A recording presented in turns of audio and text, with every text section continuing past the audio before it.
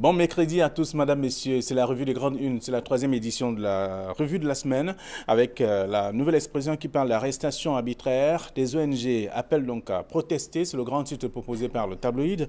Le journal explique simplement qu'afin de dénoncer les interpellations massives et illégales des manifestants du 22 septembre 2020, des organisations non gouvernementales invitent les Camerounais épris de paix et de justice à se...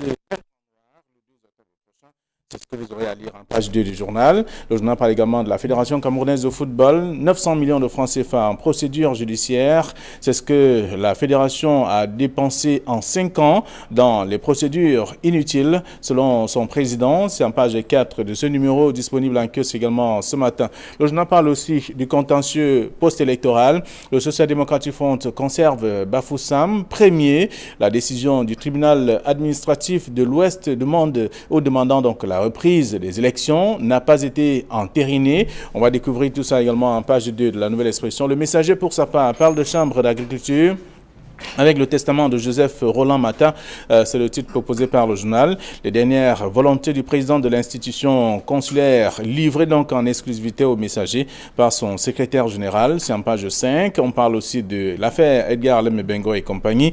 Les dessous d'un lynchage médiatico-politique. C'est une question pour Faustin et Touquet. Le procès est intenté pour détournement de fonds publics à l'ex-ministère de la Défense, ministre de la Défense, et donc sans objet. C'est ce qu'on lit en page 11 du journal ce matin. Le journal parle également de la lutte contre le chômage avec la MIFI qui se tourne donc vers les productions, la production du miel précisément pour permettre justement à la jeunesse de trouver des emplois. C'est ce qu'on lit en page 8. Et puis l'élu Sahel de ce matin parle de l'élection qui présidera donc le conseil régional de la Damawa. C'est une question avec quelques visages présentés également par le dossier, par le journal dans un dossier de la page 6 à la page 8. Le même journal parle également du VIH-Sida. La Damawa en tête dans le septentrion avec un taux de prévalence de 4,9%. C'est à lire en page 2 de ce numéro qui s'intéresse à Garoua précisément avec une affaire de une jeune de 13 ans est mariée donc à un homme de 55 ans. C'est un phénomène qui se poursuit également dans cette partie du pays et relevé ici par le journal L'Œil du Sahel. Je vous invite à lire également la suite. L'autre journal disponible en kiosque, c'est Émergence qui parle des deniers publics, le top 10 des plus grands détourneurs du Cameroun. C'est à lire dans le journal avec des visages bien connus de la République également, des personnalités qui ont occupé des postes importants dans notre pays et d'autres encore peut-être en fonction aussi, selon bien sûr le tabloïd. Vous aurez l'occasion de lire également le dossier de ce matin.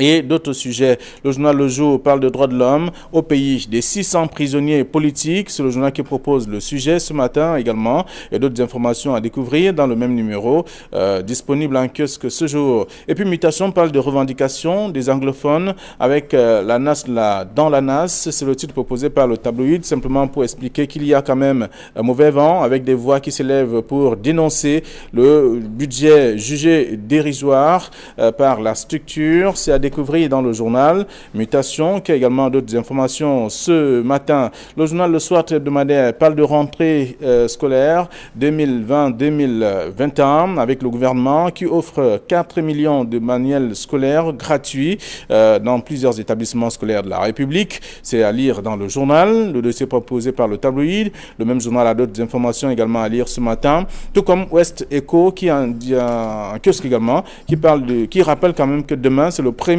octobre. Et là, vous aurez à lire la suite aussi. Pourquoi ce rappel? C'est à découvrir dans le journal disponible en kiosque qui a également d'autres informations. Et puis le journal L'économie quotidien de ce matin parle donc d'accompagnement avec près de 10 000 PME à mettre donc à niveau dans le nord-ouest et le sud-ouest. Voyez-vous, ce sont donc des accords qui ont été signés pour permettre justement à tout ce qui doit être fait dans les deux régions d'être bien mené. Et c'est à lire dans le dossier proposé par le tabloïd ce matin. Le journal a d'autres informations aussi, tout comme Cameroun Tribune qui parle de l'an 1 du grand dialogue national, de nombreuses avancées enregistrées. C'est le dossier proposé par le journal de la page 6 à la page 12, des réactions des acteurs et politiques et même de la société civile à lire dans le journal ce matin.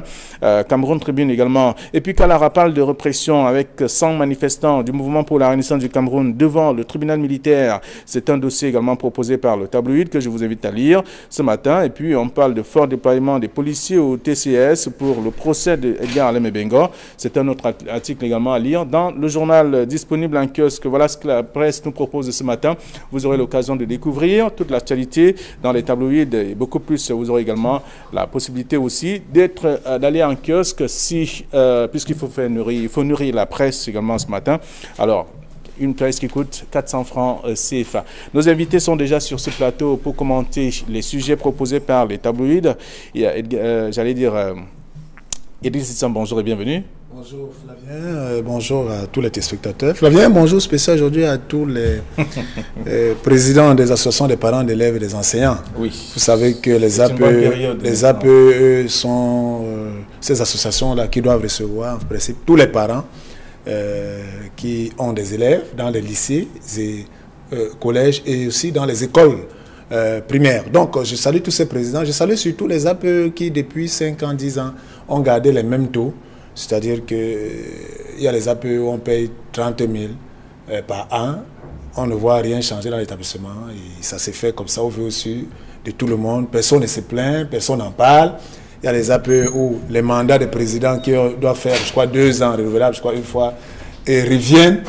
Ils sont ad vitam aeternam et c'est une bande de copains. Je salue tous ces présidents d'APE et tous ces chefs d'établissement qui ont créé une mafia autour de cette affaire. Je salue particulièrement les parents qui sont chez eux et qui payent l'APE, qui se plaignent dans les maisons, mais qui ne bougent pas et qui ne veulent pas que ça change. Voilà. Donc, qu'est-ce qu'ils doivent faire concrètement? Non, mais en fait, les parents doivent observer, doivent être présents dans les réunions d'APE. Ils doivent assister, ils doivent revendiquer d'abord les assemblées générales. Quand est-ce que ça se tient? Parce que personne n'est au courant. Et ils doivent valider le plan d'action, arrêter le budget. Ce n'est pas parce que l'APE cette année coûte peut-être 25 000 que l'année prochaine ça doit coûter la même chose. Elle peut même baisser au cas où le plan d'action arrêté permet de faire de montrer de telle sorte que il y a eu peut-être des avancées, il y a eu des améliorations. C'est parce que chez nous, on a arrêté les prix. 25 000, 30 000 ou 20 000, ça ne change pas. Il n'y a même si on n'évalue jamais, pas de bilan, mais le bilan n'est pas présenté, le bilan est entre le proviseur et le bureau. Ils se contentent de cela. Donc, il faut que ça cesse. C'est une mafia hyper organisée et dont personne ne parle. D'accord. Alors, donc, ils auront certainement la possibilité de parler au cours des prochaines rencontres. Bonjour, Prince Aristide Ngekam. Bonjour Flavien, bonjour aux très nombreux téléspectateurs d'Equinox Télévision. Je voudrais embrayer sur le sujet qu'a évoqué Idriss pour féliciter un préfet, le préfet François Etapa, le préfet d'Undé, qui a sorti une note pour interdire à tous les chefs d'établissement, les présidents notamment de APE, d'augmenter les frais d'APE. Et qu'il a indiqué que ces frais restent statiques, qui ne voudrait pas que dans tout son département, que ces frais soient augmentés. Donc voilà un préfet au moins qui est attentif, qui est au fait d'un certain nombre de choses qui se passent dans les établissements scolaires. Je voudrais sortir par là pour saluer les populations de Makari, c'est dans le Logon des Chari, où il y a une guerre entre les chefs traditionnels de ce côté. Vous savez que les régionaux sont là. Et les chefs traditionnels là-bas, de ce côté, n'arrivent pas à s'entendre.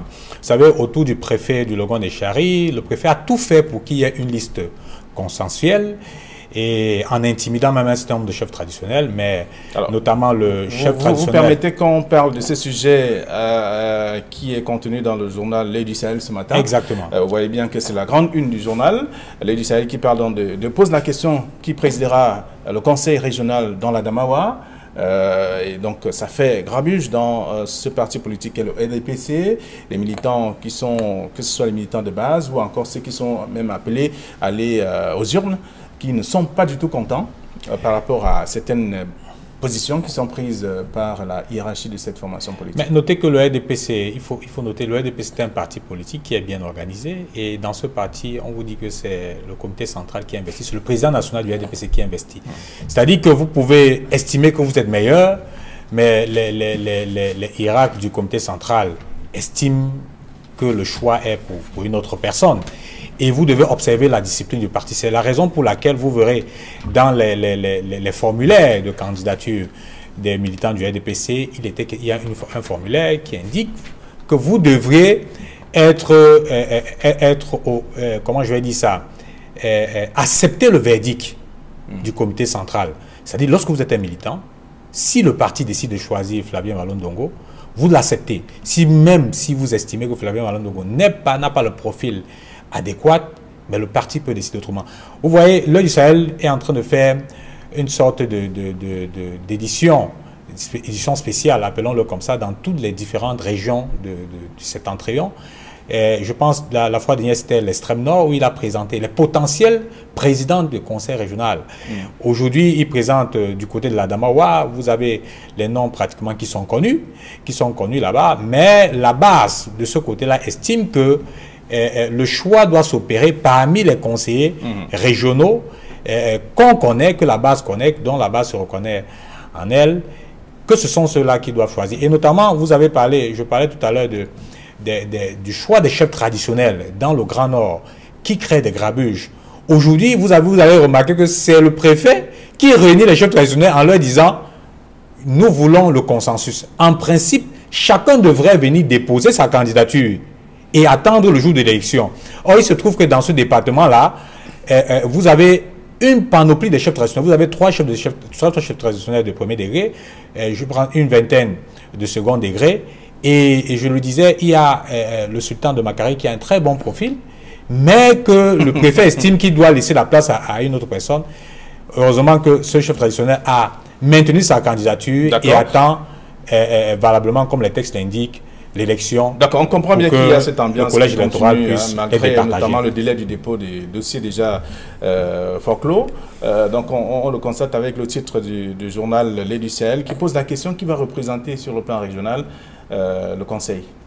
Oui, en fait, il faut dire que L'Œil du Sahel, dans ce dossier de 2 pages, essaie de présenter la situation qui se pose. Il y a beaucoup de recalés, Flavien. Donc, il y a par exemple ce chef qui revendiquerait son statut de boom au niveau des Ngaoundéré, qu'on a effacé, qu'on a barré de la liste des potentiels électeurs. Ouais. Donc, il est dans tous ses états et il dit que c'est on l'accuse d'être centrafricain, mais on se pose la question comment un centrafricain va faire jusqu'à devenir un chef traditionnel de 3e degré dans une ville comme Ngaoundéré. C'est quand même très gros. Voilà les genres de choses qui sont contestées du côté de l'Adamawa. Et en plus, on constate que c'est un peu le repère des retraités.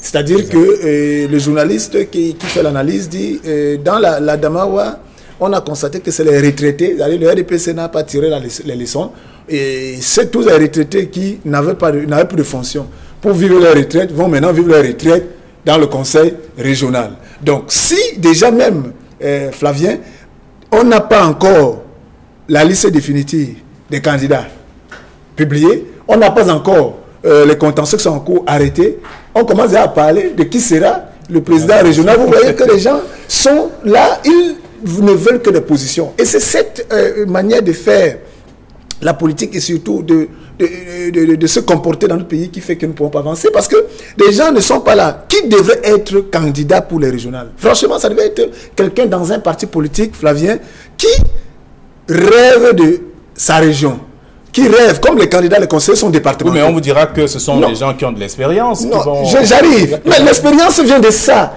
Quelqu'un qui pense, qui est un défenseur des intérêts de la région. C'est quelqu'un qui a une vision et qu'il partage avec ses camarades. Quelqu'un qui ne doit pas être là parce qu'il a loupé le poste, la liste du conseil municipal, parce qu'il n'a pas pu être député, parce qu'il faut qu'il soit seulement là où on doit être, le parti doit envoyer. Il faut que ça cesse. Et ce problème-là, ce n'est pas seulement un problème qu'on retrouve dans le RDPC, on le retrouve dans presque tous les partis politiques, même ceux qui se disent l'opposition, parce que les gens sont dans le positionnement. Si aujourd'hui je constate que dans la zone où je me trouve, c'est le parti tel qui a une forte affluence populaire, je vais y aller en me faisant le positionnement. Pas pour l'intérêt de ces gens-là qui veulent que les choses changent, mais pour mon intérêt personnel qui doit profiter d'un appareil qui a une bonne réputation et qui a de la masse. Et cette perception, cette manière de faire la politique est une entourloupe et ça fait de telle sorte qu'on va se retrouver dans cette décentralisation, dans ces régions avec des conseillers régionaux qui ne comprennent que dalle, dont le souci n'est même pas que la région avance. Voilà. Je voulais sortir par... Oui, vraiment. Edith a dit un mot qui est fondamental.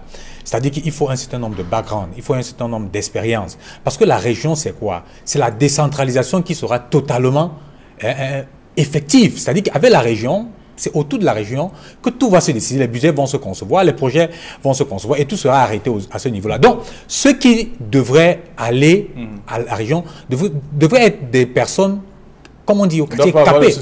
Non, mais en dehors de souci individuel, même un minimum d'expérience et de background intellectuel. Vous voyez, et c'est pour ça que le choix dans les départements devrait être minutieux. Je prends un exemple. On a écarté, entre guillemets, en attendant que la liste puisse être publiée par Elecam, au niveau de la Sénégal-Maritime, les gens comme Alphonse Ngalebibé, qui est un bon capitaine d'esprit, les gens comme Péria Nyodok, qui est un ancien directeur général d'une entreprise parapublique, qui ont de l'expérience. Et vous voyez, ce type de personnes, logiquement, les adversaires savaient que ce type de personnes qui ont des backgrounds importants devraient aller bousculer la tête de la région. Donc, ils ont été écartés directement à la base. Vous avez, par exemple, dans le ONCAM... Si la base a constaté que, par le passé, même avant ces élections, ces gens n'ont presque rien fait. Je vous dirais que...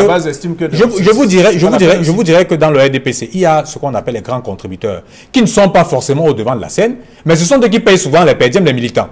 C'est-à-dire que si vous allez dans la liste, et oui, si vous allez dans la liste des contributions, vous verrez qu'un monsieur comme Péria Nyodok ou bien Alphonse Ngalebibé, ce sont des grands contributeurs qui déposent pratiquement 5 à 10 millions de francs à chaque événement. D'accord. Donc, il y a ce type de... Je sortirai aussi par la liste du ONCAM. Vous verrez que dans le département du ONCAM, la liste a été un tout petit peu minutieuse.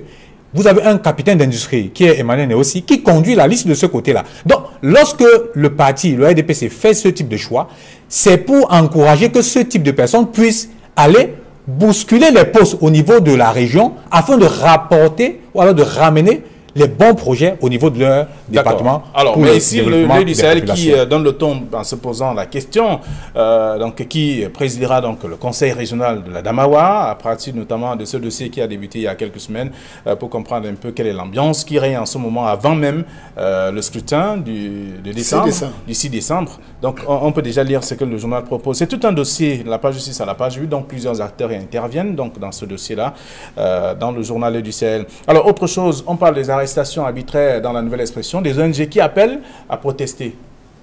Oui, en fait, parce que vous savez, on ne peut jamais être content, on ne peut jamais être satisfait du fait que les gens, pour leur opinion, ou bien pour le fait qu'ils devaient manifester ou bien exprimer leur désaccord ou leur opinion, qu'ils soient arrêtés.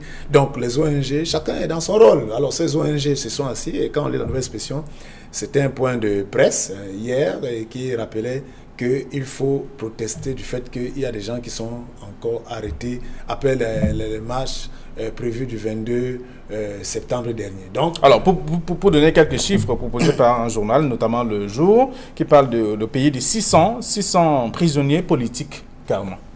Oui, ça c'est. Je pense que Le Jour a essayé de faire une sorte de toto pour en recensant les arrestations et des personnes que Le Jour, peut-être à tort ou à raison, qualifie d'hommes politiques, c'est-à-dire que de prisonniers politiques, entre guillemets. Vous savez, vous pouvez, au Cameroun, on peut vous interpeller. Et c'est pour ça que je ne suis pas souvent d'accord par ces faits. Vous savez, lorsqu'aujourd'hui vous êtes interpellé pour des questions de détournement des deniers publics, pour chercher une sorte d'échappatoire, les gens courent pour être prisonniers, entre guillemets, politiques. Il faut faire très attention. Alors que nous journalistes qui suivons souvent de près ces procès, vous constatez que ces gens ont vraisemblablement détourné les fonds publics.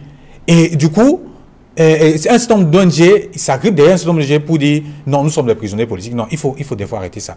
Vous avez des procès, je peux citer des procès qui ont été visualisés ou alors assistés par tous les journalistes, notamment le cas de Mara Famille Douya.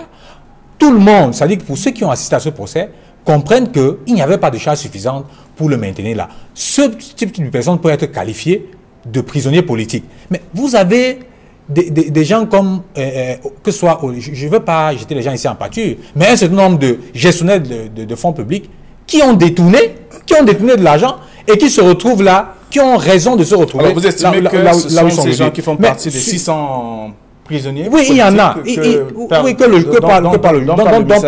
Dont parle peut-être le Messager le jour. Dont parle le Messager le jour. Mais je dirais, ça ne voudrait pas dire qu'il n'y a pas de prisonniers politiques au Cameroun. C'est-à-dire, qu'est-ce qu'on appelle prisonniers politiques? C'est des gens qui ont été, par exemple, arrêtés pour leurs opinions politiques. Vous avez la marche, notamment du 22 septembre. Nous l'avons dit ici, que cette marche, qu'il fallait l'autoriser, l'encadrer, afin qu'on ne puisse plus vivre cet état de choses au Cameroun. Nous sommes quand même en 2022. Des gens... En 2020. C'est vrai. Je suis 7 en avance, mais en 2020, où les gens doivent s'exprimer. Le président même de la République l'a souvent dit que les gens ne devraient plus aller au maquis pour s'exprimer. Mais qu'advient-il aujourd'hui que des gens pour leurs opinions, les gens pour leurs revendications soient interpellés et mis au cachot parce qu'ils ont une opinion contraire à celle du régime? Je pense que le pouvoir doit réajuster sa façon de penser. Le pouvoir doit réajuster sa façon de penser en laissant libre que les gens s'expriment, en canalisant les gens, s'ils veulent s'exprimer par le fait des marches pacifiques, en les encadrant. La fois dernière, je le disais en rigolant un peu, en disant, si les gens donnent l'itinéraire en disant, je marche ici pour Ndokoti, on les encadre. Ils marcheront jusqu'à Ndokoti, peut-être ils seront fatigués et ils vont s'arrêter. Donc, c'est un état de choses qui ne sert pas le Cameroun et qui renvoie une image négative de notre pays sur la scène internationale. Alors, dans ce titre du quotidien Le Jour, au pays des 600 prisonniers politiques, parlant des droits de l'homme, c'est le journal qui le dit également ce matin. Mais bien sûr, il faut savoir que chacun joue sa partition. Moi, il faut toujours, quand on lit l'information, et quand on est face à une situation, surtout une situation politique comme celle-ci, où il y a des camps, chaque camp fourbit ses armes, Flavien.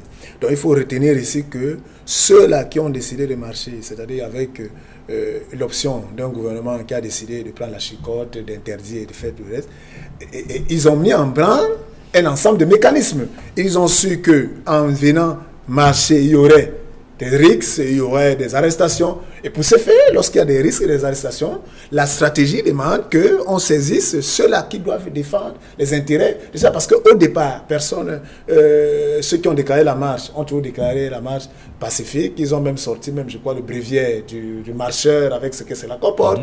Ils ont, maintenant, ils devaient démontrer à travers les organisations non gouvernementales, à travers ceux qui sont proches de leur opinion, que ceux-là sont des victimes. C'est-à-dire qu'on doit arrêter quelqu'un qui casse, qui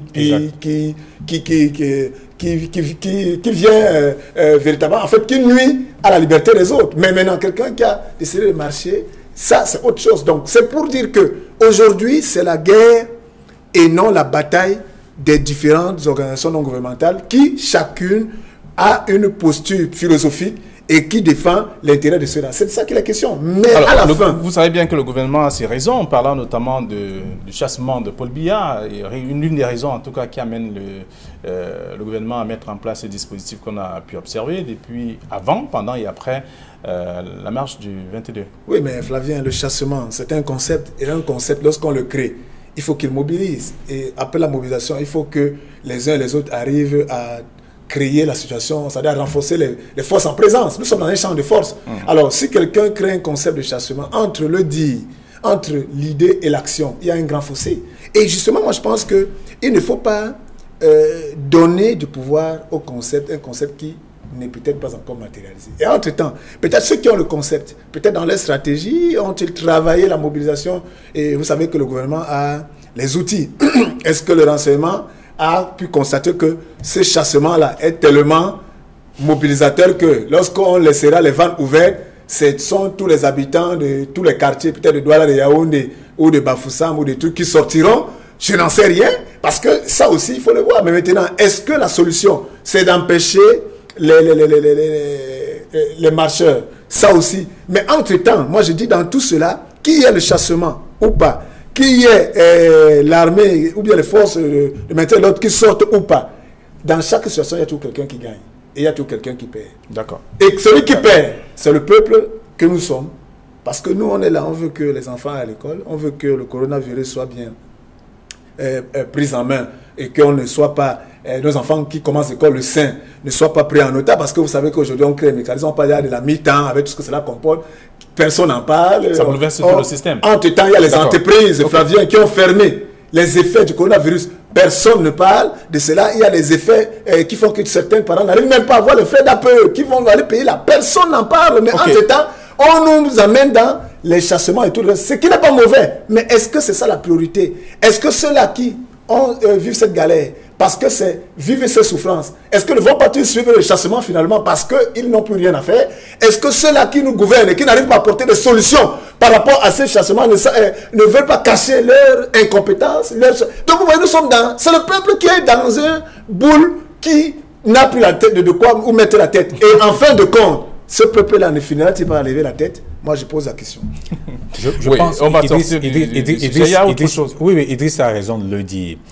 Généralement, là où vous pensez qu'il y aura le soulèvement, il ne viendra pas forcément de là. Je vais vous dire, les Camerounais vivent de nombreuses frustrations qui sont relevées chaque jour par la presse. Il y a des gens qui n'arrivent pas à se soigner. Et du coup, si vous organisez une marche là, même ceux-là peuvent aller marcher parce qu'ils n'arrivent pas à se soigner. Il y a des gens, il y a des départements qui sont totalement abandonnés. Je vais vous dire, est-ce que vous savez que depuis pratiquement 11 mois, à Konolinga, n'a pas d'eau et de lumière? Vous pensez que les gens sont contents là-bas? Vous pensez que si vous organisez une marche, ceux-là ne marcheront pas? Ils marcheront parce qu'ils n'ont pas d'eau et de lumière. Et ce n'est pas bien. Vous avez des gens dans l'administration centrale qui ne sont pas...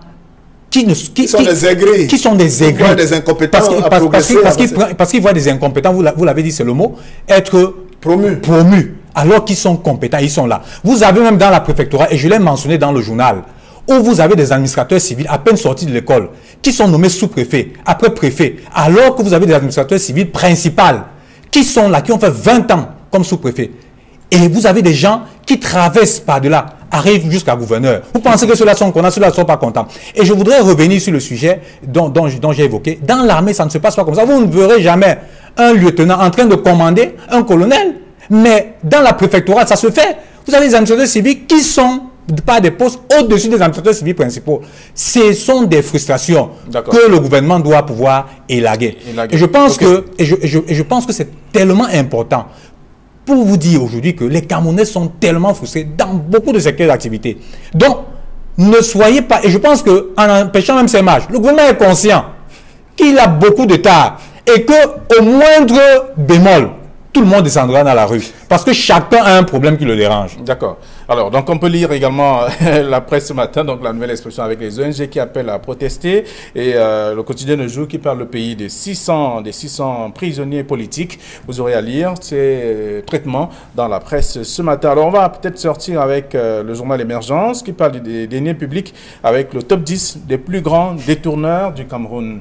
Oui, en fait, il faut dire que le journal a réalisé une enquête et nous présente, pour le journal, les critères, ceux-là qui, selon le journal, sont vraiment le top. Vous savez que dans toute situation, depuis l'arrivée de l'opération Épervier, on peut, à l'analyse des griefs, à l'analyse des procès en cours avec les différents prisonniers qui sont en fait, on peut faire un tableau et voir que parmi tous ceux-là qui sont indexés, voilà le maillot jaune, voilà le numéro 1, celui qui a pris beaucoup plus d'argent au Cameroun. Voilà un triste pays où on ne peut que sortir les top le classement de ceux-là qui pillent la fortune publique. Et pendant ces temps, je vous assure, Flavien, le top 10 qui est sorti là, nous sommes aujourd'hui le 30. C'est bien, c'est là, le 30 septembre 2020. Si on vient le 1er décembre, le top 10 va changer. Je vous dis que chaque jour qui passe, ça dit que des gens, c'est comme si c'est la course à celui qui pillera le plus la fortune publique. Et toutes les techniques sont utilisées et tous les mécanismes sont utilisés. Je vous assure que plus l'opération Épervier semble être présente, plus ceux qui gèrent la fortune publique pillent et continuent de piller. Parce qu'on ne voit pas. C'est-à-dire, vous voyez une route qui coûterait 1 milliard. Elle est faite à moins de 100 millions parce que 900 millions se passent dans les bacs chiches avec tout ce que cela comporte. Et c'est connu de tous et personne n'en parle parce qu'après un mois que la route est livrée, on voit comment il y a des trous. Une route qui coûte 5 milliards se trouve à 45 milliards. Dans ce pays, ça, et c'est connu et vu de tous, personne, on en parle, on en rit, la presse évoque cela et les gens sont... C'est quand on arrêtera la personne, on dira ah oui mais c'est comme ça. On va parler par exemple je pense qu'au-delà ce classement, il faut interpeller le journal en disant que le classement doit tenir compte des condamnations définitives. Parce qu'on a vu dans des procès où les personnalités sont encore en instruction en avant des chiffres faramineuses, mais lors du déroulement des procès, les chiffres baissent pratiquement du 1/10. Donc je pense que ce type de classement doit tenir compte des condamnations définitives. C'est-à-dire que lorsque vous lisez l'extrait du primitif de ces condamnations, on vous dit que ce monsieur a été condamné pour avoir détourné tel montant. Je pense que le classement doit se faire. D'accord, le journal devrait tenir compte de ça pour faire son top. Le top 10 des plus grands détourneurs. D'accord. Merci à vous, chers messieurs. On va laisser le soin aux lecteurs d'aller lire justement ce que la presse a réservé. Nous sommes mercredi et bien entendu, demain, nous serons jeudi et ce sera le 1er octobre. Et voilà, donc oui, mais le 9h20 minutes, ce sera la 4e édition de... Exactement, mais le 1er octobre nous rappelle la fête de l'indépendance de l'autre côté du Nozo. Vous savez qu'à chaque 1er octobre, il y a une sorte de manifestation de ce côté-là pour réclamer l'indépendance D'accord. Merci à vous. Southern Cameroun notamment. Bonne journée et à demain 9h20 minutes.